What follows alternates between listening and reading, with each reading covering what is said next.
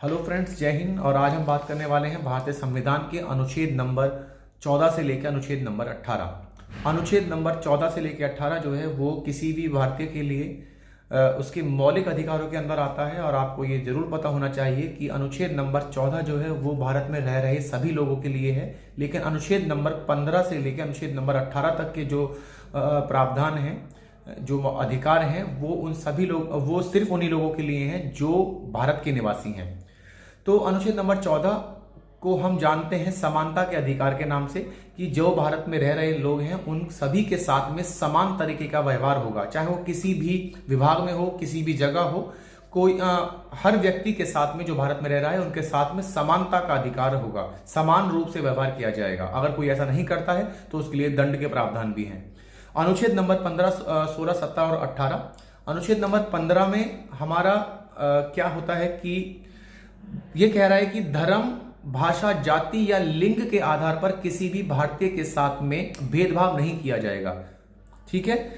तो अनुच्छेद नंबर 16 हमारा कहता है कि जो सरकारी नौकरियां जो लोगों को दी जा रही हैं या दी जाती हैं, या किसी भी व्यक्ति को सरकारी नौकरी मिलेगी, उसके लिए समान रूप से अवसर दिए जाएंगे, है ना। ऐसा नहीं है कि कोई जनरल कैटेगरी में आ रहा है या ओबीसी कैटेगरी में या किसी अलग अलग वर्ग में आ रहा है तो उसको उसके साथ अलग अलग तरीके का अवसर दिए जाएंगे।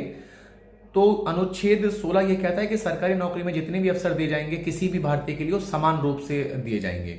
लेकिन एक प्रश्न यहां पर आता है कि फिर आरक्षण क्यों दिया जा रहा है।